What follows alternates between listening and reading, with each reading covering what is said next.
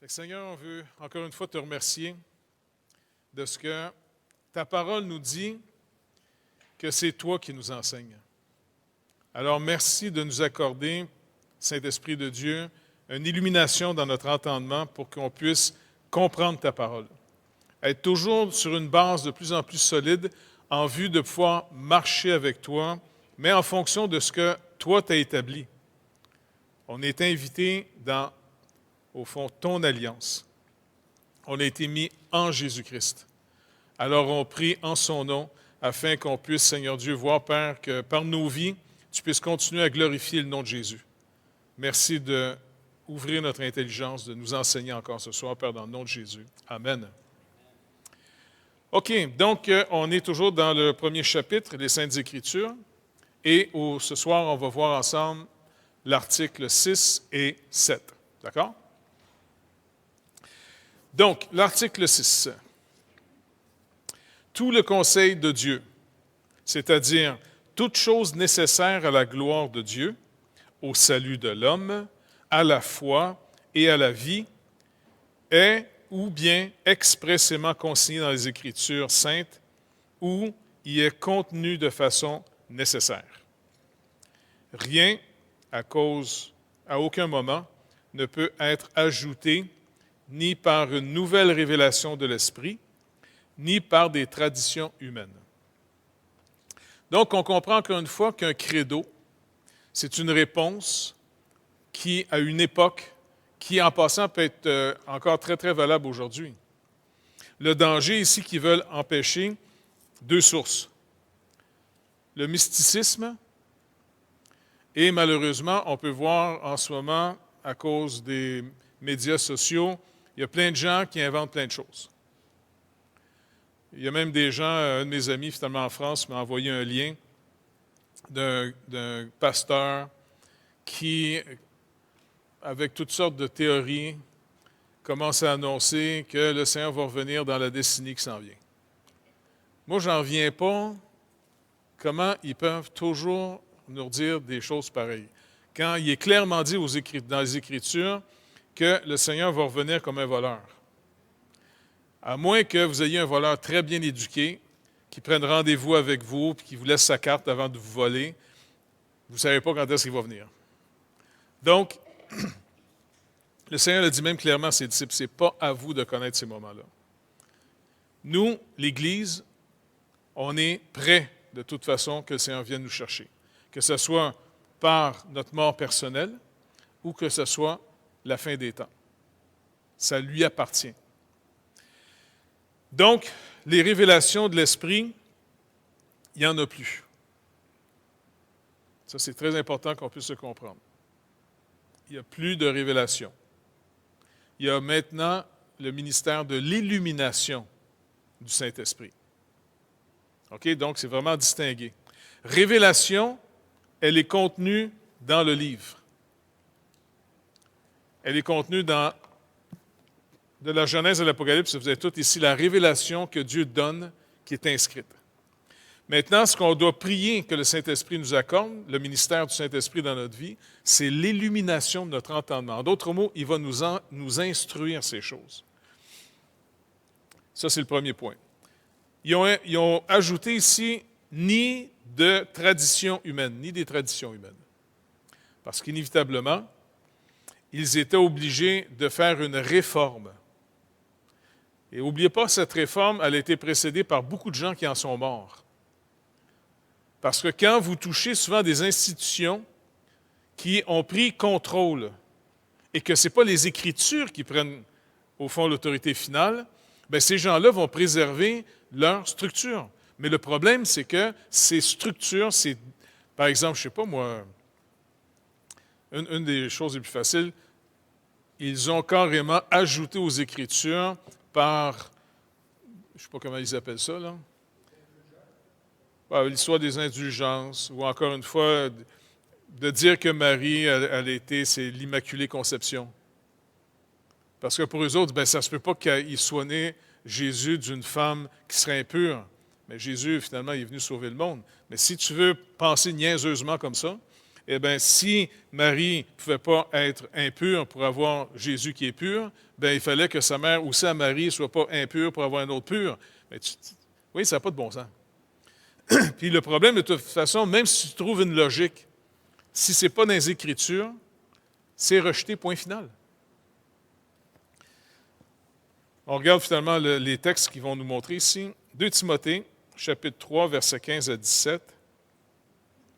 Dès ton enfance, il parle à Timothée ici, Paul, tu connais les saintes lettres qui peuvent te rendre sage à salut par la foi en Jésus-Christ. Pardon. Toute écriture est inspirée de Dieu et utile pour enseigner, pour convaincre, pour corriger. Y a-t-il moyen qu'on ferme ça, ce ventilateur-là? Je ne sais pas s'il y a quelque chose de sec qui arrive là. Merci.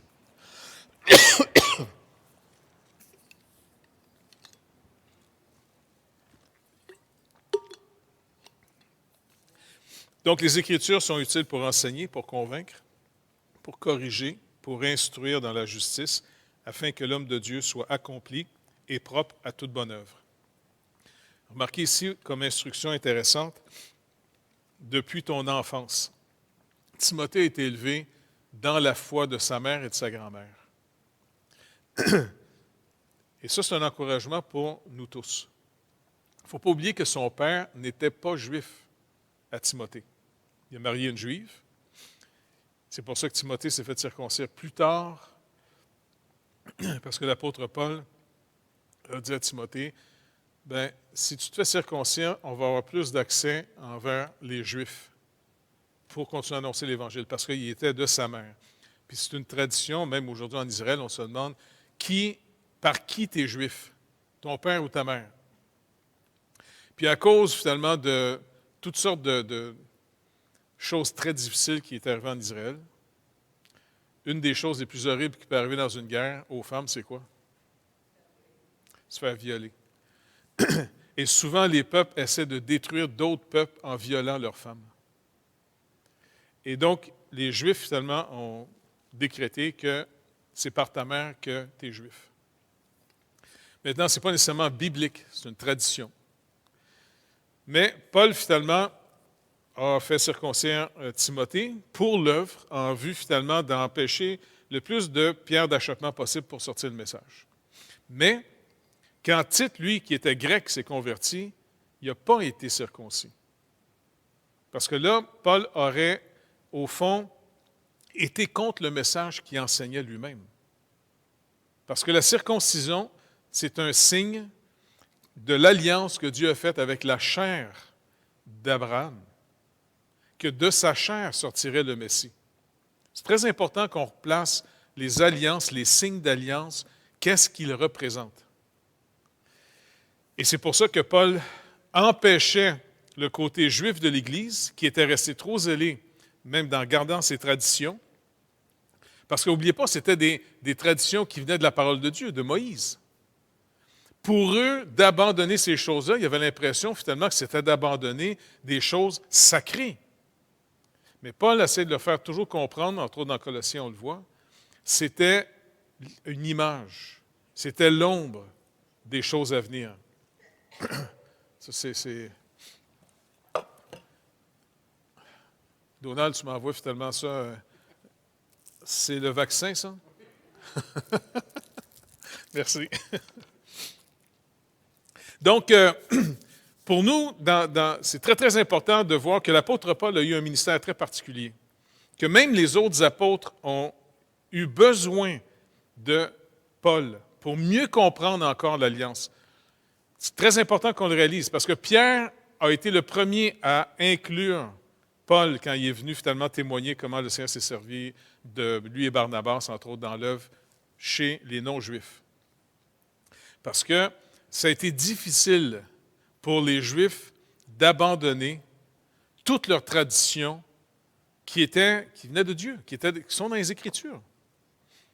Tu sais, imaginez que les Juifs ont commencé un jour, je ne sais pas moi, l'apôtre Paul, il s'est mis à manger de tout au marché. Ça a l'air de rien, ça, pour nous autres. Mais c'est énorme pour eux autres. Vraiment. Par exemple, j'ai un ami qui est d'origine musulmane, Dr Jabala. Bien, jusqu'à aujourd'hui, il n'oserait même pas manger du porc. Pour lui, c'est de la cochonnerie. Ça vient des cochons. Tu sais, dans sa tête, c'est comme, non, il ne serait pas capable. Tu sais, pas parce que religieusement, il n'est pas capable, mais il est éduqué comme ça. C'est comme, je ne sais pas, si on va dans un pays et puis on vous offre, je ne sais pas moi. Ouais, tu sais, par exemple, il y en a qui aiment ça manger de la cervelle. Je suis pas sûr. Ça dépend du goût, je ne sais pas. Tu sais,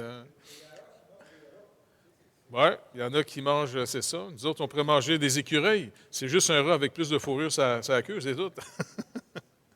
Mais bref, il y a des cultures, mais surtout quand la culture, elle est reliée finalement à une croyance. C'est beaucoup plus difficile finalement d'abandonner pour vraiment croire que l'œuvre est parfaitement accomplie en Jésus-Christ. Nous sommes en lui complets. Et ça, c'est une leçon difficile à croire parce que ça ne se sent pas qu'on est complet. Tandis que quand on fait des choses, des rituels religieux, souvent les gens, ça leur donne un sens, « Ah ben là, c'est plus vrai, je l'ai fait. » Et c'est dur d'abandonner ça. N'oubliez pas, on a tout un arrière-plan culturel. Il faut jamais, plus on est conscient de notre arrière-plan culturel, plus on va comprendre comment c'est plus facile d'entrer dans une certaine partie de l'alliance, mais dans d'autres parties de la même alliance, on va avoir des blocages. Par exemple, dans notre culture occidentale nord-américaine, on a été extrêmement éduqués, nous, à faire des choses, réparer des choses, bâtir les choses. Pas vrai? Et d'après vous, quel est le défi que l'Église occidentale, surtout en Amérique du Nord, a comme grand défi et plus de difficultés que la même Église qui séjourne dans d'autres pays du monde? Pardon? Ça, c'est pas mal général, c'est vrai. S'attendre à Dieu, c'est vraiment, on commence à dépendre du Seigneur. Ça, c'est l'exercice qu'on fait tous pour sortir de notre culture. Mais, qu'est-ce qui pourrait pour nous être plus difficile que d'autres cultures? C'est dur pour toutes les cultures, ça, que tout est accompli. Ouais. Non, même arrêter, toutes les cultures font quelque chose. N'oubliez pas, c'est l'Évangile qu'ils nous ont annoncé, c'est d'abandonner, de croire dans la créature, croire dans ce qu'on fait, pour croire dans ce que Christ a accompli parfaitement pour nous. C'est un défi, c'est ça de la conversion. C'est ça la sanctification, d'apprendre à dépendre entièrement du Seigneur et de commencer à bâtir, à agir, à penser à partir de la pensée de Christ. Or, nous, on n'a plus la pensée du monde, on a la pensée de Christ en nous. Et c'est d'apprendre à penser la pensée de Christ. Un défi qu'on a dans nos églises, par exemple, quand je vais en Afrique ou en Haïti, quand les pasteurs, finalement, appellent le peuple de Dieu de venir prier, jeûner, je vous garantis, l'Église est pleine. Puis les gens y croient. Ils vont chanter, ils vont louer le Seigneur, ils vont prier, ils sont là pour intensivement. Faites ça dans une église du Québec. T'en as 2, 3 qui n'ont peut-être rien à faire, qui vont venir. La majorité, ils ne seront pas là. Jeûner, prier, chercher la face de Dieu, c'est pour nous, dans notre culture, un défi parce que c'est comme abstrait. La plupart des gens disent « Non, soyons concrets, moi je vais aller aider les gens pour vrai. » Mais le problème, c'est que si on ne découvre pas cette avenue que le Seigneur nous a ouverte auprès du trône de son Père, je suis désolé, on peut facilement tomber dans faire des choses, mais est-ce que vous êtes sûr que c'est la volonté de Dieu? Souvent, les gens vont dire, oui, ben oui, c'est sûr, c'est bien ce qu'on a fait. Oui, mais sais-tu comment on peut séduire le peuple de Dieu? Par le bien. Justement, aujourd'hui, j'étais avec un ami, le pasteur Gaétan Brassard, puis on parlait finalement d'un auteur que moi, je trouve qui est très intéressant, surtout à cause du contexte. Dietrich Bonhoeffer. Bonhoeffer, finalement, il a essayé de réveiller l'Église de son temps. Parce qu'il ne faut pas oublier que l'Église, même en Allemagne, tu sais, c'est des gens finalement qui ont connu une réforme incroyable, les Allemands. Un peuple extrêmement éduqué. Mais la Première Guerre mondiale, entre autres, a été appuyée, soutenue par l'Église, qui a dit oui, on a raison, parce que les autres nations sont jalouses de nous, notre technologie, notre savoir, tout ça. T'sais. La Deuxième Guerre mondiale, Bonhoeffer raconte une histoire. Il rencontre un ami, un pasteur, et puis il dit, puis comment ça va de ton bord en ce moment? La Shoah commençait. Et puis, le pasteur dit, mais c'est parce que notre église est bâtie près de la voie ferrée. Et puis, avant, c'était moins souvent, mais il y a de plus en plus de trains avec des gens à l'intérieur qui crient, qui nous supplient de venir les sortir de là. C'était des Juifs, finalement, qu'on amenait dans les camps de concentration. Fait que Bonhoeffer dit au pasteur, qu'est-ce que tu as fait? J'ai dit à tout le monde, chantez plus fort. Quasiment ferme les fenêtres, chante plus fort. Honnêtement, si on sous-estime notre culture, on peut se faire séduire. C'est pour ça que la repentance et la foi sont l'œuvre de Dieu dans notre vie. On ne s'est pas repenti une fois pour toutes. C'est un processus de toute une vie pendant qu'on va être sur terre, une repentance. Puis la repentance, pensez pas que c'est juste du regret. C'est beaucoup plus profond que ça, la repentance. La repentance, c'est un changement d'avis. Oui, des fois, on peut regretter certaines choses, mais il y a deux termes grecs pour ça. Du regret, qui est émotif, qu'on pleure, puis c'est triste. Oui, on peut regretter des choses qu'on a faites. Méta, mélomai. Est-ce que vous entendez le mot mélomai? Qu'est-ce que ça entend, mélo? Mélodie. T'sais?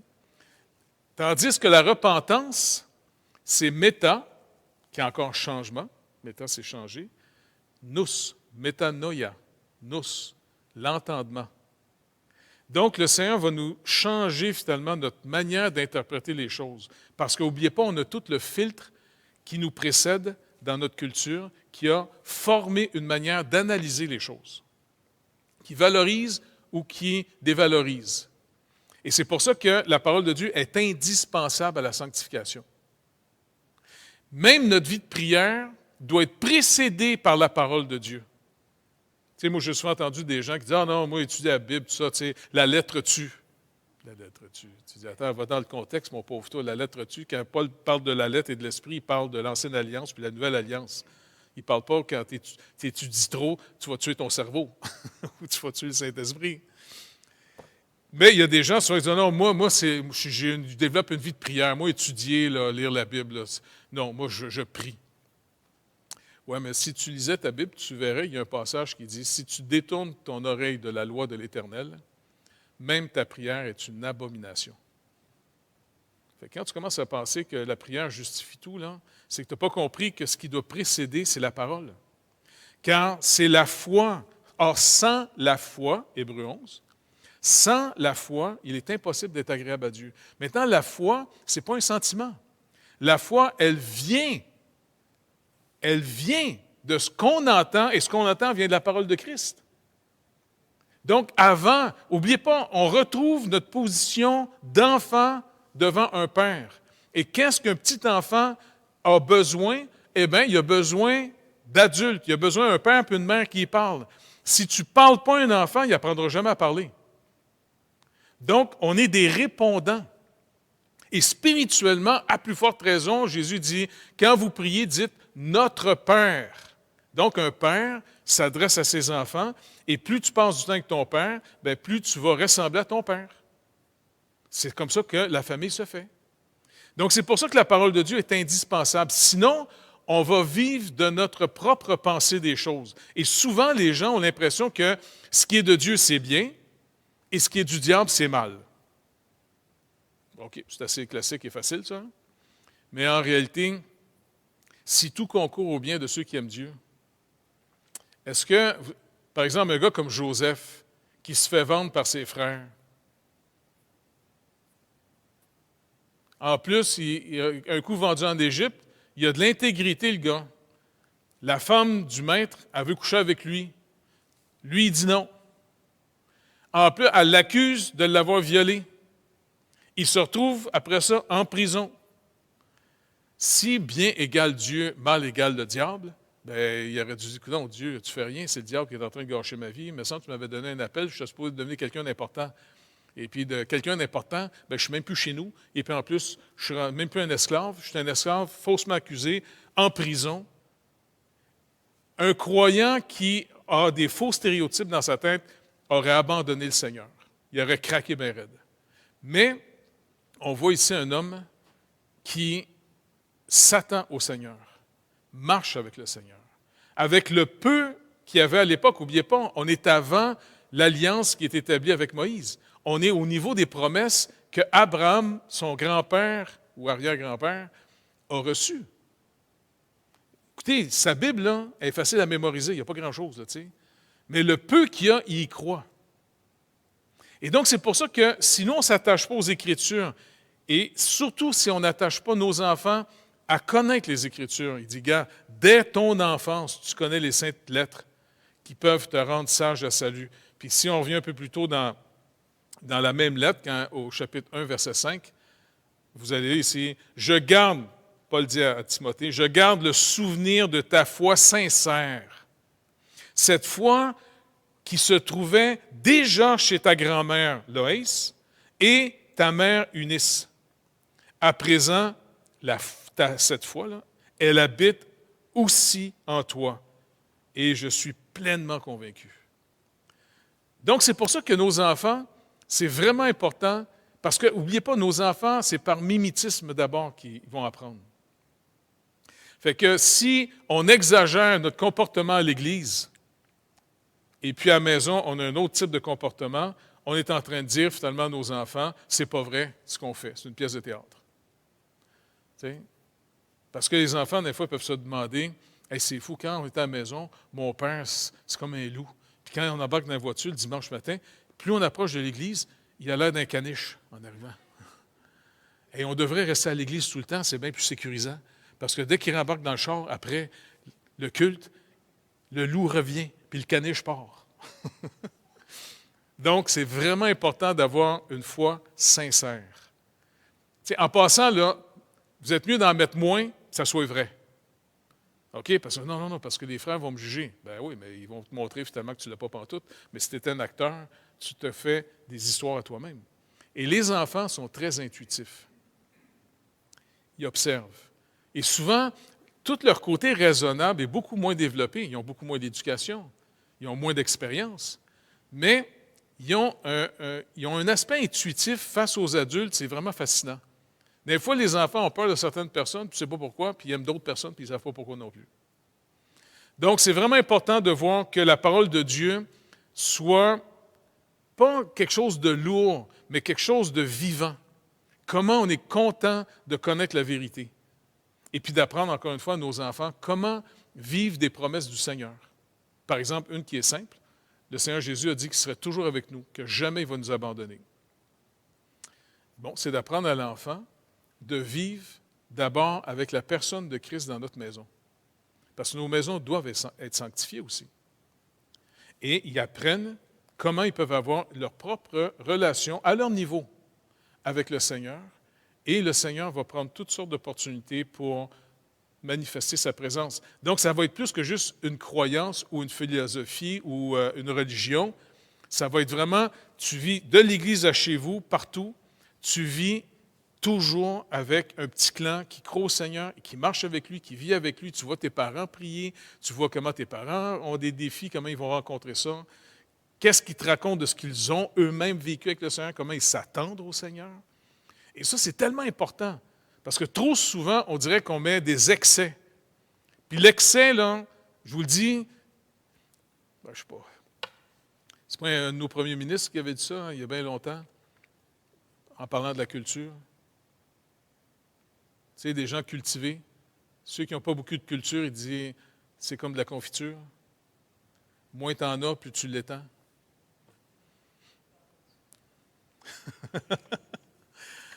Donc, c'est vraiment important pour nous de voir comment un homme comme Timothée, dès son enfance, eh bien, sa grand-mère et sa mère, qui, en passant, ont sûrement été des gens jugés par le reste de la communauté juive, parce que quand une juive était mariée à un païen, en dehors d'Israël, c'était très mal vu depuis le temps du retour de Babylone, avec l'histoire de Néhémie et Esdras. Là.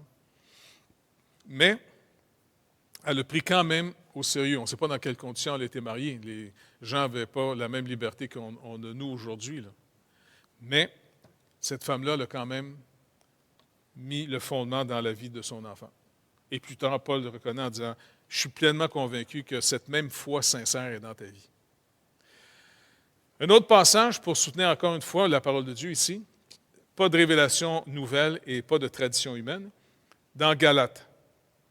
Galates 1, versets 8 et 9. « Mais quand nous-mêmes, quand un ange du ciel annoncerait un autre évangile que celui que nous vous avons prêché, qu'il soit anathème. Nous l'avons dit précédemment et je le répète à cette heure. Si quelqu'un vous annonce un autre évangile que celui que vous avez reçu, qu'il soit anathème. »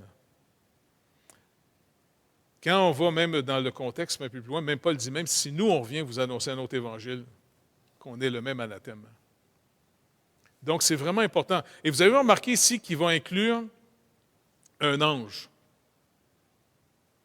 Parce que combien de fois les gens vont dire, ben non, tu sais, je ne sais pas moi, comment ils s'appellent les petites filles là, qui avaient vu la Vierge Marie dans une grotte, là, je ne sais pas. Non?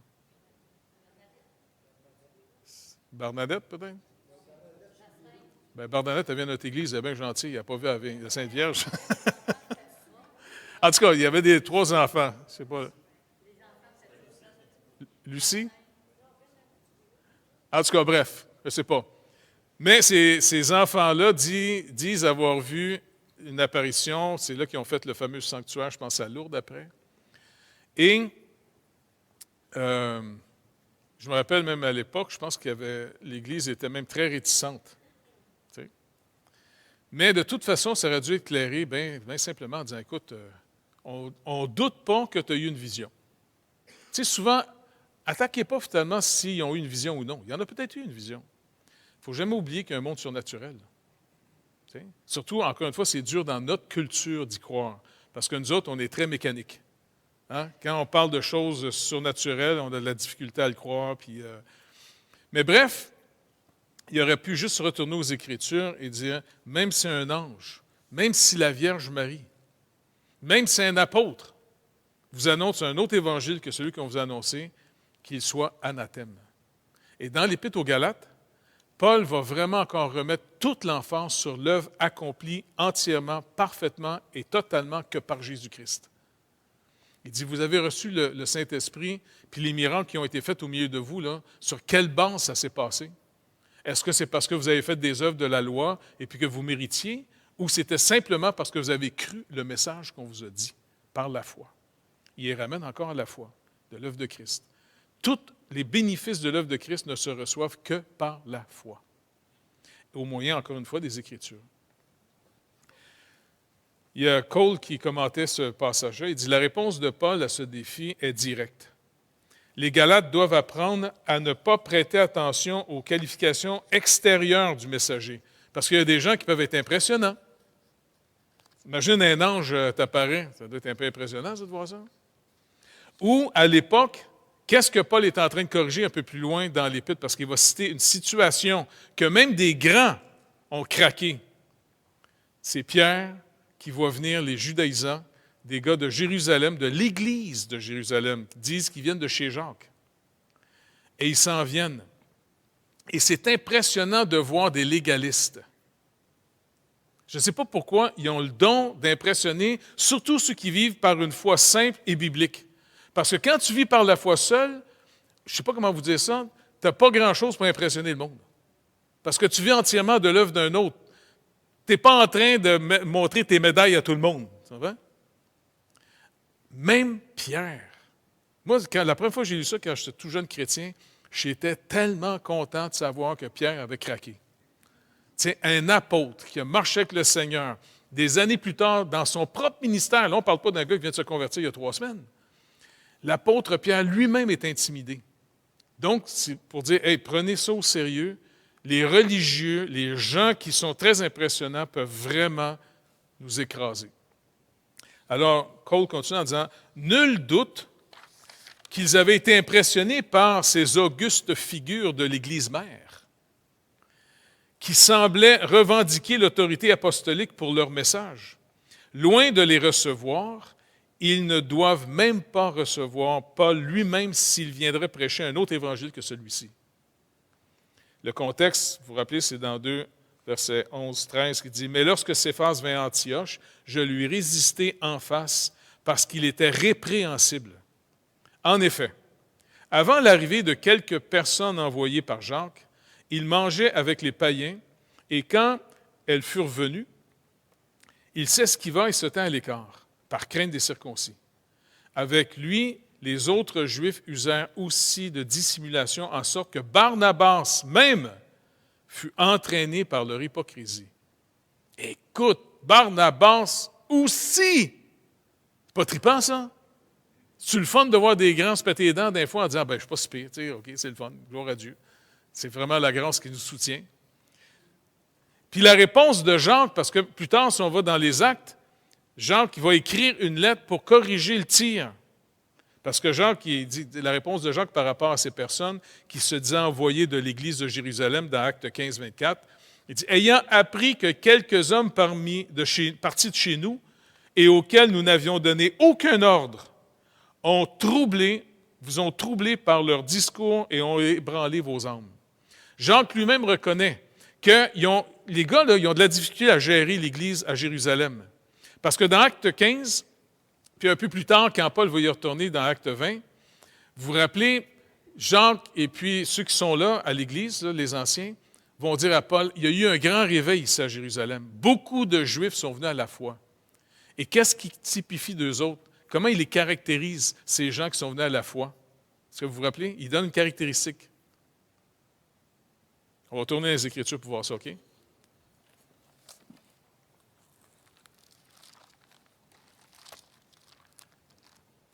C'est normal, on peut avoir ces réactions-là, tu sais.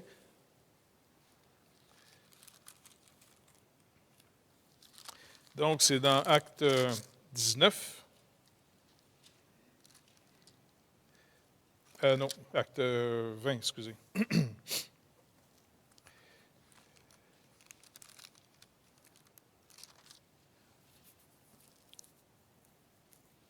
Non, excusez, 21.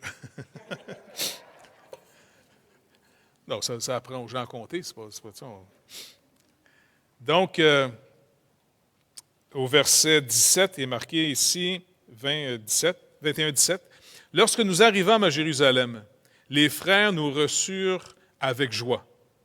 Le lendemain, Paul se rendit avec nous chez Jacques et tous les anciens s'y réunirent. Après les avoir salués, il raconta en détail ce que Dieu avait fait au milieu des païens par son ministère. Et quand ils l'eurent entendu, ils glorifièrent Dieu. Puis ils lui dirent, « Tu vois, frère, combien des milliers de Juifs ont cru, et tous sont zélés pour la loi. » Tous sont zélés pour la loi. Or, ils ont appris que tu enseignes à tous les Juifs qui sont parmi les païens à renoncer à Moïse, leur disant de ne pas circoncire les enfants et de ne pas se conformer aux coutumes. Que faire donc? Sans aucun doute, la multitude se rassemblera, car on saura que tu es venu. Et c'est pour ça qu'ils ont fait leur petite stratégie, quand on va prendre des gars, ils veulent aller au temple. Tout le monde, il y a comme un réveil, mais en même temps, une excitation de toute leur tradition. Et regardez comment ça finit. On va faire une chicane générale, OK? Mais c'est trop beau. Quand Paul va commencer à se défendre au chapitre 22, il leur explique que lui-même, verset 3, dit « Je suis juif, né à Tarse, en Cilicie. Mais j'ai été élevé dans cette ville-ci et instruit au pied de Gamaliel, dans la connaissance exacte de la loi de nos pères, étant plein de zèle pour Dieu, comme vous l'êtes tous aujourd'hui. J'ai persécuté à mort cette doctrine, liant et mettant en prison des hommes et des femmes. » Donc, il parle ici des Juifs. N'oubliez pas, dans cette foule, beaucoup de Juifs ont cru en Christ, mais sont extrêmement zélés pour la loi. Et quand il arrive plus tard, vers la fin, verset 20, « Et lorsqu'on répandit le sang d'Étienne, ton témoin, Parce que juste un peu plus loin, le verset, juste avant, on peut regarder au verset 18 là, pour se mettre dans le contexte. Je vis le Seigneur qui me disait, hâte-toi et sors promptement de Jérusalem, parce qu'ils ne recevront pas ton témoignage sur moi. Et je dis, Seigneur, ils savent eux-mêmes que je faisais mettre en prison et battre de verge dans les synagogues ceux qui croyaient en toi, et que lorsqu'on répandit le sang d'Étienne, ton témoin, j'étais moi-même présent, joignant mon approbation à celle des autres, et gardant les vêtements de ceux qui le faisaient mourir. Alors il me dit, va, je t'enverrai au loin vers les nations. Verset 22, regardez la réaction. Ils l'écoutèrent jusqu'à cette parole. Mais alors ils élevèrent la voix en disant, ôte de terre un pareil homme, il n'est pas digne de vivre. Spécial. Juste parce que l'Évangile s'en va chez les païens. Dites-vous une chose, ça n'a pas été évident, pas en tout, au tout début de l'histoire de l'Église, que les Juifs abandonnent ce qui était pour eux un gain qui leur donnait de mépriser le restant de la planète. Il y avait vraiment un racisme spirituel extrêmement intense. Et ça ne s'abandonne pas si facilement que ça. Les gens qui ont la prétention d'être supérieurs, quand ils viennent à l'Évangile, il faut qu'ils laissent tout ce qui les distingue des autres dans les poubelles. C'est pas évident, hein? Tu sais, imaginez que le Seigneur vous amène dans une église, et puis là, vous avez, je ne sais pas moi, plein de grandes choses vous avez faites, vous êtes merveilleux, des grands diplômes, puis toutes sortes de choses. Et le Seigneur vous amène dans une église comme la nôtre. C'est dur. Et puis, le Seigneur dit, gars, ça c'est tes frères et tes sœurs. À moins de vraiment, encore une fois, je vous le dis, que le Seigneur nous accorde que les gens aient une authentique conversion. Pas une adhérence à un groupe. Parce que quand vous voulez adhérer à un groupe, là, puis vous allez toujours en chercher un meilleur qu'un autre, vous n'avez pas compris du tout l'œuvre de Christ encore. Les Juifs ont eu extrêmement de la difficulté à abandonner ce qui était pour eux un trésor. En plus, c'est un trésor donné de Dieu. Ça venait de Dieu, leur religion. Toutes les autres religions du monde venaient finalement du diable. La leur venait de Dieu. Et là, en plus, ils devaient abandonner le temple. Ils devaient abandonner toute, je ne sais pas, la tribu de Lévi comme étant finalement les médiateurs dans le temple. Ils devaient tout abandonner ça pour devenir pas plus que le païen qui croit. Et ils ont dit capoter bien raide. Je dis, ça a dû être violent. Demandez-vous, Jean-Marc, qui a écrit l'Évangile de Marc. Jean-Marc, là, quand il est parti avec l'apôtre Paul et Barnabas, qui était son oncle, quand il est arrivé en Turquie d'aujourd'hui, là, d'abord ils ont commencé à Chypre, il y a eu des conversions, et puis quand il est arrivé à Pamphylie, je pense, là, il n'était plus capable. Il a reviré de bord. Et Paul n'a pas voulu le reprendre dans son équipe. Barnabas a décidé de le prendre pour l'amener à maturité. Moi, je suis sûr que la seule raison, parce que ce n'est pas un gars qui a peur, puis tout ça, là, moi, je pense que l'Évangile que Paul amenait aux païens et de vraiment mettre le païen au même niveau que le juif, pour Jean-Marc, c'était trop dur. C'était trop. C'était comme souiller l'Évangile. Non, écoute, ils devraient au moins se faire circoncire. S'ils ne sont pas circoncis, ils devraient au moins se laver avant de manger, de ne pas manger de porc, de ne pas faire ci. Et puis, tu sais, Paul dit non. On est sauvés comme eux. Et c'est ce que Pierre a carrément dit. Quand il était dans la maison de Corneille et qu'il a vu le Saint-Esprit descendre sur un Italien, et puis il dit, il s'est mis à parler en langue comme nous au début, il n'en revenait pas. Puis les autres circoncis, les autres Juifs croyants, ils étaient là, hey, ils ont le même Saint-Esprit que nous autres. Ils n'en revenaient pas. Fait que là, c'est là qu'il explique même à l'Église de Jérusalem, non, je les ai baptisés dans l'eau après. Si le Seigneur les baptise d'abord dans son esprit, tu ne penses pas que moi, je ne peux pas les baptiser dans l'eau après? Et puis là, quand ils retournent à Jérusalem, puis les frères ont appris ça. Hey, tu étais chez un païen. Là, il raconte son histoire. Il dit, attends, calmez-vous. Là, il raconte, finalement, j'ai eu une vision. Quand je suis allé là-bas, puis le Saint-Esprit est descendu sur eux comme sur nous. Et Pierre a commencé à dire, savez-vous quoi, les gars? Ils ne seront pas sauvés s'ils montent à notre niveau. Ils sont sauvés et nous, on doit comprendre que c'est à leur niveau qu'on va être sauvés. Le Seigneur est venu sauver ce qui est perdu. Et si vous ne voyez pas que vous êtes perdu, bien, il y a des bonnes chances que vous n'êtes pas sauvés. Parce que si vous pensez que vous êtes meilleur, c'est pour ça que Dieu vous a choisi, vous n'avez rien compris de l'Évangile. Donc c'est pour ça qu'il faut revenir continuellement aux Écritures. Parce qu'on va toujours se faire un petit système parallèle, des petites traditions parallèles, où les meilleurs vont toujours penser qu'ils méritent plus. Et souvent, nous, impressionnés par les grands, on dit OK. Non, les Écritures seules vont nous dire ce qu'il faut croire. Ça n'a pas été facile du tout pour les premiers chrétiens qui étaient d'origine juive de voir les nations arriver à la foi sans aucune éducation rituelle. Tu sais, imagine, je ne sais pas moi, de voir finalement le païen qui s'est converti puis s'en vient à l'église puis il a son lunch, sandwich au jambon, s'en vient à l'église. Il me semble que les Juifs doivent capoter. Touche-moi pas. J'ai pas le virus, je te le jure, c'est rien que du jambon. Donc, finalement, même plus drôle, Onésime. Le Seigneur, finalement, a sauvé cet homme-là par l'apôtre Paul. Hein? C'est un esclave. Et puis, il est d'origine païenne. Et selon, on n'est pas sûr, mais selon la tradition, un des premiers pasteurs de la région, entre autres de cette région là, où est-ce que Paul était, là, la Odyssée, ça. Il y a un pasteur qui s'appelait Onésime. Moi, je suis sûr, dans l'humour du Seigneur, le Seigneur a le don, des fois, de rire de nous autres. Eh bien, moi, je suis sûr que, imagine, le premier pasteur ordonné, mis à part par le Seigneur, qui était un esclave, d'origine païenne, et c'est lui qui coach l'Église, puis il y a des Juifs là-dedans. Ils doivent capoter bien raide. C'est trop beau. Parce que le Seigneur dit, à moins que vous laissiez vos richesses dehors, vous ne pourrez pas rentrer. Tu sais l'histoire du chameau? S'il doit rentrer dans la petite porte, il faut que tu y enlèves tout son stock. Puis tu vas rentrer tout nu comme tous les autres chums. Mais on tient à ce qui nous distingue parce que souvent, c'est comme ça qu'on veut des fois impressionner les gens. Tout ce que le Seigneur va nous donner, ce n'est pas pour qu'on impressionne les gens, c'est pour qu'on serve mieux les gens. Tout ce que le Seigneur nous donne, c'est pour servir.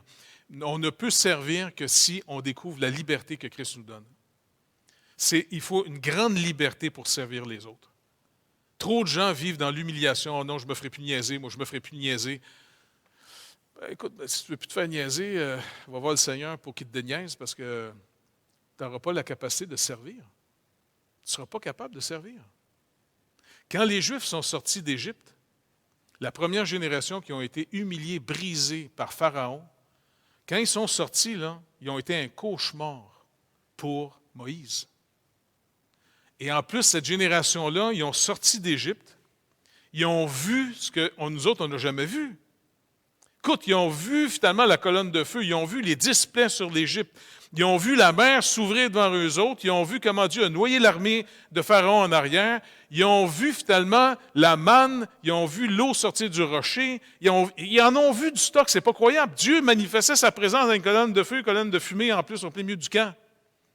Et il voulait régulièrement lapider Moïse. Pour qui tu te prends? Tu sais, quand Dieu là, parle à haute voix finalement au pasteur, il me semble que ça doit être impressionnant un peu. Il me semble Moïse, tu sais, pas vrai? Il me semble que je serais un petit peu gêné, moi, de dire non, Moïse, tu me demanderas conseil la prochaine fois.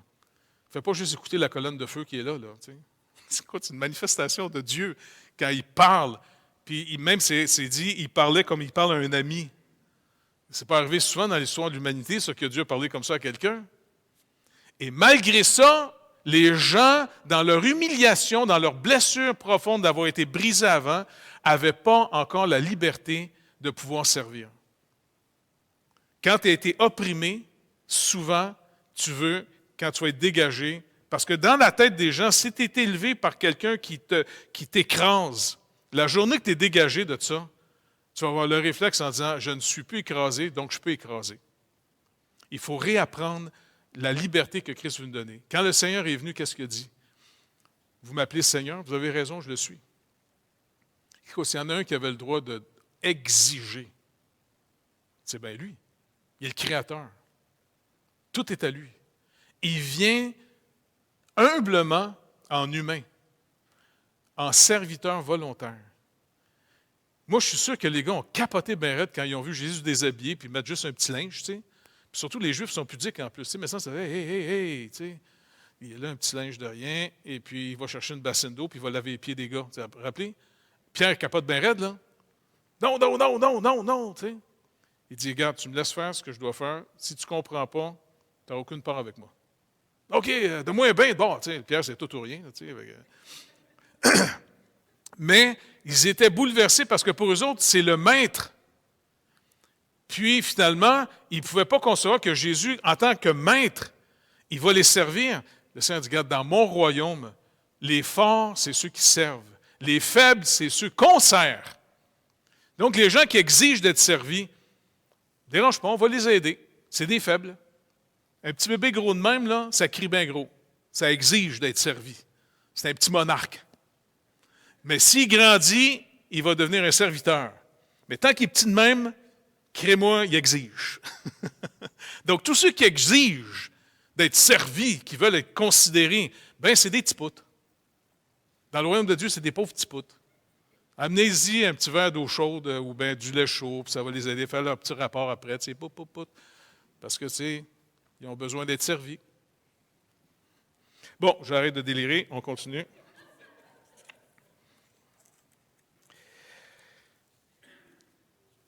Le second chapitre, ici, toujours dans l'article 6. Nous reconnaissons cependant que l'illumination intérieure de l'Esprit de Dieu est nécessaire pour une compréhension salvifique, ce qui est révélé dans la parole. Puis les textes qui ont été pour appuyer ici, Jean 6, 45, il est écrit dans les prophètes, ils seront tous enseignés de Dieu. Ainsi, quiconque a entendu le Père a reçu son enseignement, vient à moi. Et a reçu son enseignement, vient à moi. Donc ça, c'est une promesse de l'Ancien Testament qu'on avait vue, entre autres, dans Jérémie 31. Le Seigneur va lui-même être celui qui va nous enseigner. Donc, en d'autres mots, il y a un aspect, pourquoi nous, on va croire les Écritures, c'est pas parce qu'on est plus intelligent que les autres qu'on a compris toute la sagesse qu'il y a là-dedans. C'est parce que le Seigneur nous a fait la grâce de nous montrer que c'est sa parole. Mes brebis entendent ma voix, elles me suivent. Elles ne suivront pas un étranger. Donc, c'est un aspect du ministère du Saint-Esprit dans notre vie, d'avoir finalement un respect puis de croire que les Écritures, c'est la parole de Dieu. Dans Hébreux 8, 10, il dit « Mais voici l'alliance que je ferai avec la maison d'Israël, en ces jours-là ou après ces jours-là, dit le Seigneur, je mettrai mes lois dans leur esprit, je les écrirai dans leur cœur, et je serai leur Dieu. Ils seront mon peuple. Aucun n'enseignera plus son concitoyen, ni aucun frère en disant « Connais le Seigneur », car tous me connaîtront, depuis le plus petit jusqu'au plus grand d'entre eux, parce que je pardonnerai leurs iniquités et que je ne me souviendrai plus de leurs péchés, qui est la citation de l'Ancien Testament qui annonce la nouvelle alliance. Donc, cette nouvelle alliance, elle a vraiment quelque chose de particulier. Paul continue lorsqu'il écrit aux Corinthiens, 1 Corinthiens 2, 9, 12, « Mais, comme il est écrit, ce sont des choses que l'œil n'a point vues, que l'oreille n'a point entendues, et qui ne sont point montées au cœur de l'homme. Des choses que Dieu a préparées pour ceux qui l'aiment. Dieu nous les a révélées par l'Esprit, car l'Esprit sonde tout, même les profondeurs de Dieu. Lequel des hommes, en effet, connaît les choses de l'homme, si ce n'est l'Esprit de l'homme qui est en lui? De même, personne ne connaît les choses de Dieu, si ce n'est l'Esprit de Dieu. Or, nous n'avons pas reçu l'Esprit du monde, mais l'Esprit qui vient de Dieu, afin que nous connaissions les choses que Dieu nous a données par sa grâce. Donc, on voit ici que tout l'aspect de la compréhension que le Seigneur va nous donner graduellement des Écritures vient du Saint-Esprit. Et c'est pour ça que Luther, entre autres, disait souvent, avant de lire les Écritures, priez. Demandez au Seigneur qu'il puisse vous éclairer.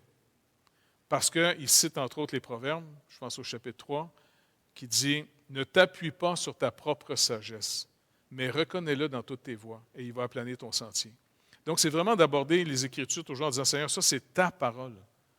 Donc, je te demande, viens à mon secours. » C'est le privilège qui m'a été acquis par Jésus-Christ que je puisse maintenant, de ta part, être instruit. Et c'est vraiment l'œuvre du Saint-Esprit. Par les ministères qu'il va donner à l'Église. N'oubliez pas, ce n'est pas parce que ces gens-là ont une capacité spéciale. C'est que, annonçant le conseil de Dieu par les Écritures, le Saint-Esprit va illuminer dans l'entendement de chacun d'entre nous. Parce que c'est l'unité que l'Esprit produit. Et l'unité, il la produit autour de la personne de Christ et de son œuvre. Donc, comme Jésus dit, il va venir et il va me glorifier. Donc, c'est vraiment l'œuvre du Saint-Esprit de faire l'unité toujours autour de ce que la parole déclare de Christ et de son œuvre à lui tout le temps. L'autre point, de plus, certains aspects du culte de Dieu, du gouvernement de l'Église, communs aux activités et aux sociétés humaines, doivent être établis selon la lumière naturelle et la sagesse chrétienne, dans le respect des principes généraux de la parole, et doivent toujours être observés. On s'explique. 1 Corinthiens 11, 13 à 14, l'exemple qui est donné ici. « Jugez-en vous-même. Est-il convenable qu'une femme prie Dieu sans être voilée? La nature elle-même ne nous enseigne-t-elle pas que c'est une honte pour un homme de porter de longs cheveux? » Verset 14, de longs cheveux, ici dans l'Ancien Testament, l'homme consacré à l'Éternel ne devait pas se couper les cheveux, dans Nombre 6, 5. Tel était le cas, par exemple, de Samson, dans Juges 13 et 16, et de Samuel, dans 1 Samuel 1.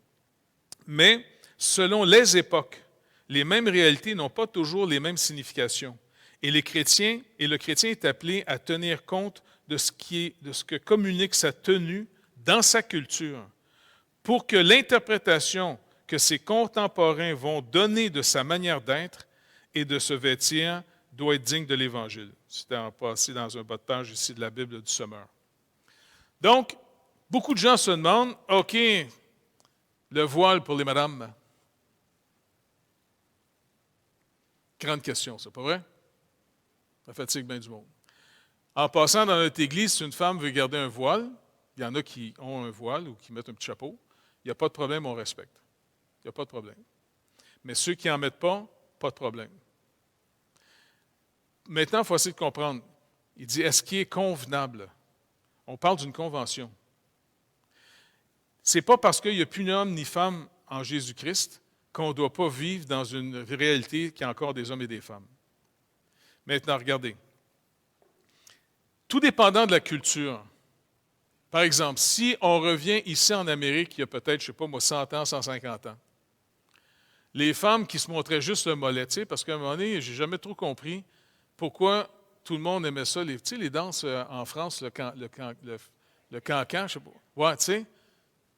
Puis tous les gars capotaient bien raide d'aller voir ça. Ben, c'était les danseuses de l'époque. Juste montrer une jambe, c'était quasiment voir quelqu'un de tout nu.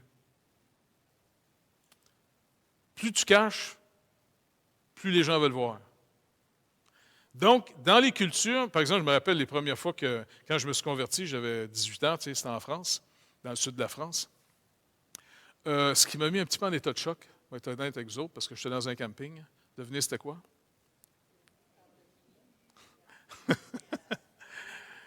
Les madames se promenaient comme les gars, juste avec le bas. Même des fois, il y en a qui ne se mettaient même pas de bas.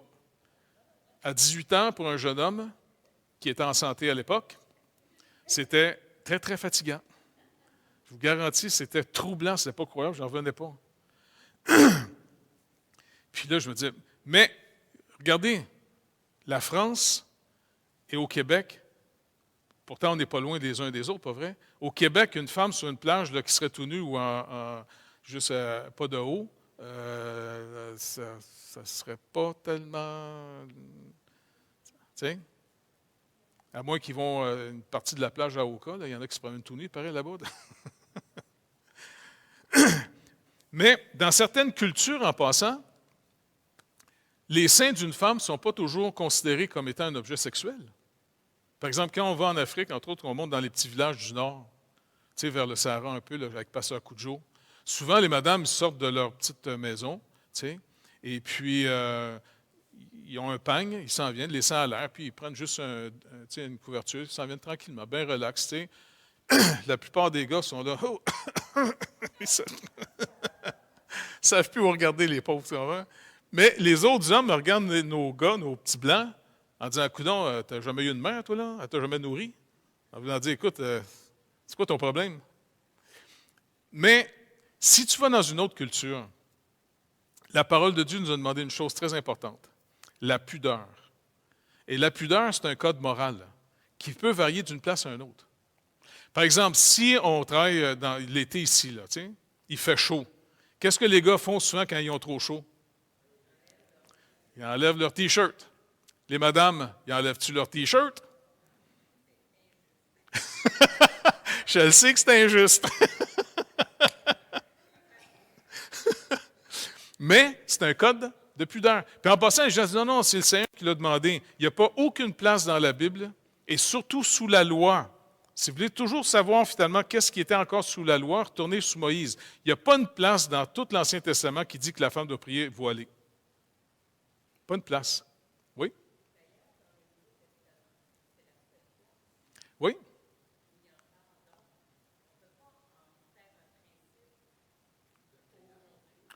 Non, ben dans le sens qu'on peut faire comme principe, c'est pas voile ou pas de voile. C'est le code de pudeur. Est-il convenable, il dit, dans la culture? Certaines cultures, si par exemple on envoie une équipe dans certains pays du Moyen-Orient, ben je suis désolé, la femme qui se promène les cheveux à l'air est considérée comme une prostituée. Tu sais, nous autres, on ne comprend pas ça dans notre culture. Mais s'il y a des gens qui s'en vont annoncer l'Évangile là-bas, ben pour pas que notre liberté soit une pierre d'achoppement, eh bien, malheureusement, il va falloir se priver d'une liberté pour l'avantage des gens pour être une pierre d'achoppement. Quand on restait en Israël, hein, eh bien, souvent, les femmes demandaient toujours à ma femme, parce qu'ils étaient convaincus que moi, j'étais juif, tu sais, puis je ne sais pas pourquoi. Là. Hein, ils te demandaient souvent, tu sais, qu'est-ce que tu donnes à manger à ton mari? Qu'est-ce qu'il mange, ton mari? Fait qu'elle a dit, ben, il mange tout ce que je lui donne. Mais elle ne comprenait pas. Puis à un moment donné, je disais, Carole, je pense parce qu'ils doivent se demander, est-ce que parce qu'on est chrétien, parce qu'on est dans une assemblée chrétienne juive, hein, tu sais, et les gens qui se convertissaient se demandaient, est-ce qu'on peut manger finalement du jambon? Tu sais, c'était sa grosse affaire. Et puis même, est-ce que tu peux manger ce qui n'est pas déclaré par les rabbins cachers, là, tu sais? Ça fait que c'était une grosse affaire. Dans l'Église en Israël, ceux qui se convertissent, là, c'est un énorme problème, cette affaire-là. Oui, oui, oui. Parce qu'eux autres, ils viennent d'une culture. Tu es élevé toute ta vie là-dedans. Ils se tournent vers le Seigneur. Mais c'est-tu les goïs, ça? C'est-tu les goïms, ça? Qui ont intégré ça? Ils sont troublés parce que pour eux, marcher avec le Seigneur, ils ont l'impression que c'est manquer de respect envers Dieu d'abandonner toutes ces choses. Par exemple, dans le temps du pain sans levain, là, dans le temps de la Pâque, écoute, tout est nettoyé en Israël de A à Z. Qu'il n'y ait pas du levain, qu'il n'y ait pas de farine, dans le sens nulle part. Pas de levain surtout. Les autels sont nettoyés de A à Z, partout, partout. Bien, les chrétiens juifs se demandent, on doit-tu suivre la coutume? Et souvent, les pasteurs disent, écoutez, c'est pas pour le Seigneur qu'on va le faire, parce qu'on a été libérés. Mais si vous ne voulez pas être mal interprété par vos voisins, puis vous voulez continuer à prêcher l'Évangile, soyons conformes. Et puis, c'est normal. De la même manière que si le Seigneur nous envoie dans une région qui a des gros problèmes d'alcool, puis de drogue, ben, je suis désolé, les équipes qui vont partir là-bas devront finalement se dire, bon, mais ta liberté de boire, tu ne la prendras plus. Tu vas laisser ta liberté. Comme c'est le principe de Romains 14. Si la viande puis le vin est une pierre d'achoppement pour ton frère, Paul dit, je ne mangerai pas de viande, je ne boirai pas de vin. Pour montrer finalement que la liberté que j'ai, ce n'est pas au détriment des autres. J'ai une liberté, c'est vrai, mais dans cette liberté, je dois la gérer en fonction comment ma vie va être favorable aux autres. Paul il dit, j'ai tout organisé ma vie en vue d'atteindre les élus. Avec les Juifs, j'étais juif. Avec les sans-loi, j'étais sans loi. Quoique j'avais une loi, j'étais sous Christ pareil. Mais il montrait qu'il ne voulait pas être une pierre d'achoppement. Le but pour lui, c'est vraiment présenter Jésus-Christ le mieux possible, sans qu'il y ait de distraction en dehors de ça. Il a fait le maximum qu'il pouvait. C'est pour ça que nous, hommes et femmes, quoi qu'en Jésus-Christ, il n'y a plus ni homme ni femme, on joue encore nos rôles dans cette partie de notre vie, ici, avant la mort, on est toujours dans une société homme-femme. Et c'est important aussi d'apprendre à honorer, OK, qu'est-ce que Dieu attend d'une femme? Qu'est-ce que Dieu attend d'un homme? Dans nos églises, c'est de valeur à dire, mais notre culture est tellement en train de dégénérer, elle attaque tellement toute la structure de la famille, qu'on dirait qu'on valorise continuellement la rébellion comme étant une vertu. Pas vrai? Plutôt que de réaliser, non, ce n'est pas nécessairement une vertu. Mais c'est une forme finalement de caprice. Un rebelle, là, c'est une personne capricieuse. Parce qu'en réalité, on vit pour le bien des autres. Pas nécessairement contre nous-mêmes. Mais ce que Christ nous a donné, son esprit, c'est l'esprit qui a sacrifié Christ. Et il va continuer souvent, s'il faut, il va sacrifier nos vies pour que les autres soient sauvés, parce qu'il nous dit, vous maintenant, vous êtes entièrement, parfaitement, totalement sauvés. Vous n'êtes plus là pour vous. On n'est plus là pour nous maintenant en tant qu'Église. On est là pour l'œuvre de Dieu face au monde. Quand on va mourir, on n'aura plus besoin de gérer la liberté. On va être dans une liberté totale. Mais pour l'instant, tout ce qu'on a, si on suit le Seigneur, eh bien, on suit le Seigneur qui est venu servir et non dominer. Et puis, si on n'a pas cette attitude-là, les gens vont toujours prendre leur liberté, au fond, contre les autres. Notre liberté n'est pas contre les autres. Il y a quelqu'un qui m'avait dit, puis il avait raison. Il dit, moi, quelqu'un de faible, tout ça, je vais laisser ma liberté.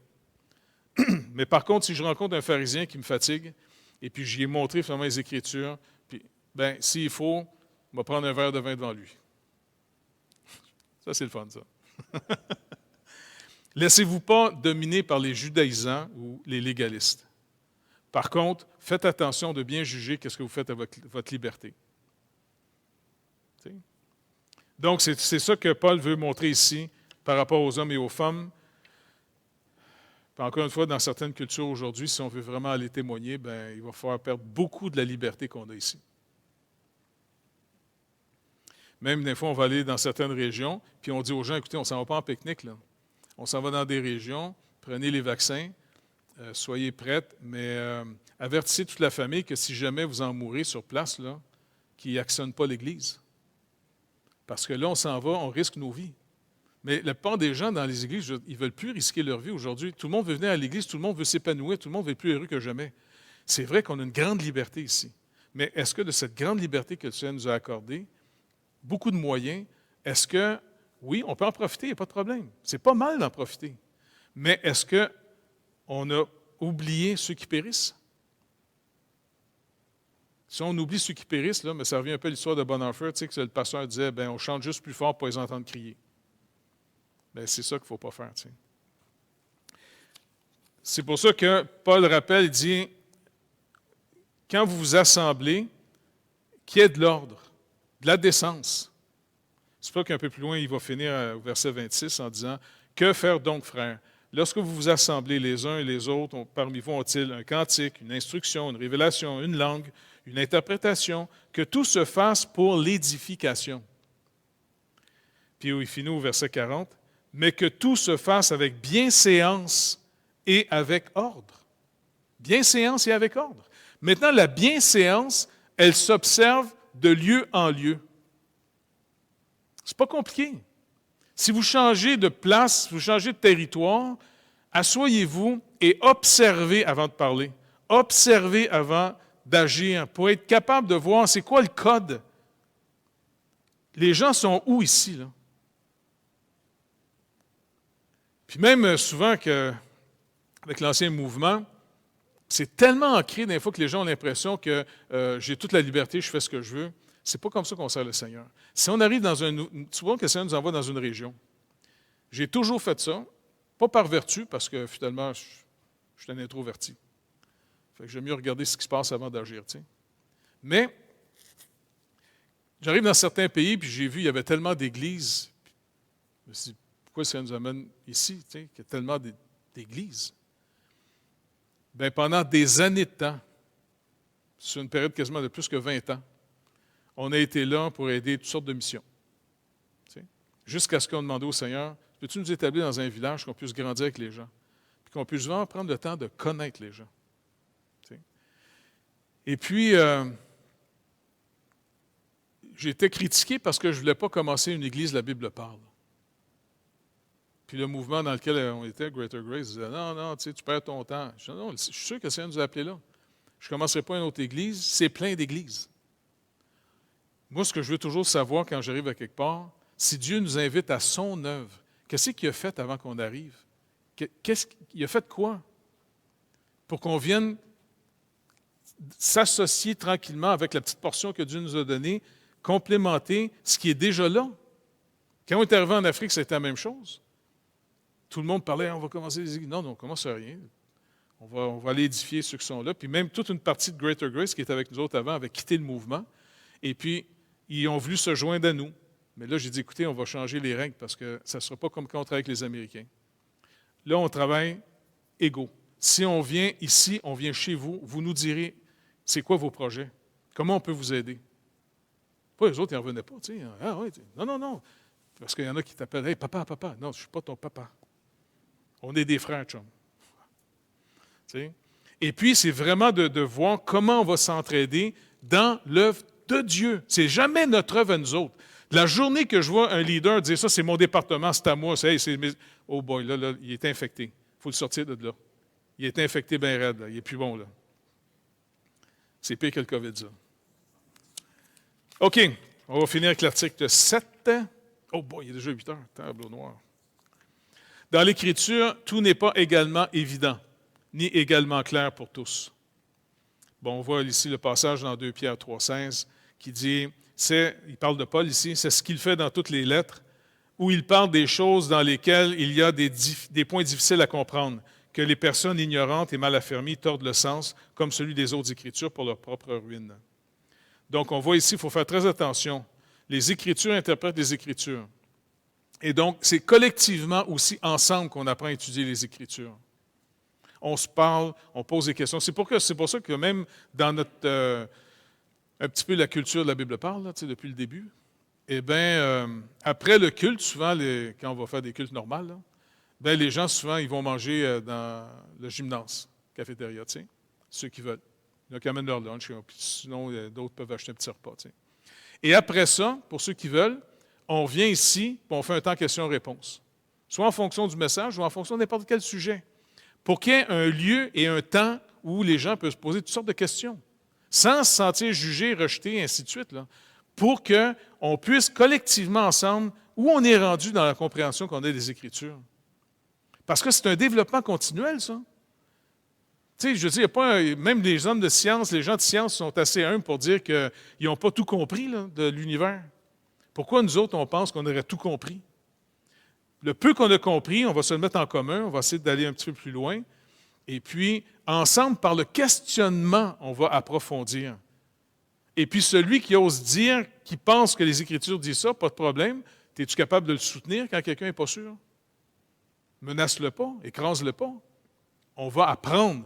Le but, c'est d'être renouvelé dans notre intelligence. Pas juste rentrer dans un groupe pour être conforme. C'est un renouvellement d'intelligence qu'il nous faut de la part du Seigneur. Sinon, c'est bon rien. Et pour terminer, cependant, tout ce qu'il faut connaître, croire et observer en vue du salut est si clairement exprimé et dévoilé dans tel ou tel passage de l'Écriture que non seulement l'érudit, mais même l'ignorant peut arriver à une compréhension suffisante par l'usage des moyens ordinaires. Par exemple, le psaume 19,8, il dit « La loi de l'Éternel est parfaite, elle restaure l'âme. Le témoignage de l'Éternel est véritable, il rend sage l'ignorant. » Psaume 119, 130. « La révélation de tes paroles est claire. Elle donne de l'intelligence aux simples. » Ce qui est essentiel pour commencer, c'est d'oser croire que Dieu nous a tellement aimés, il nous a donné son Fils. Et son Fils, quand il est venu, il a démontré que malgré tous les miracles qu'il faisait, malgré toute l'instruction qu'il donnait, ça ne change rien. C'est pour ça qu'il a dit, n'oubliez pas, il nous a dit une vérité assez forte, la chair profite de rien. Et il a pris 12 gars avec lui. Et après 3 ans et demi, il leur a fait passer leur petit examen final. Ils ont tous échoué. Ils n'ont pas reçu leur petit bac.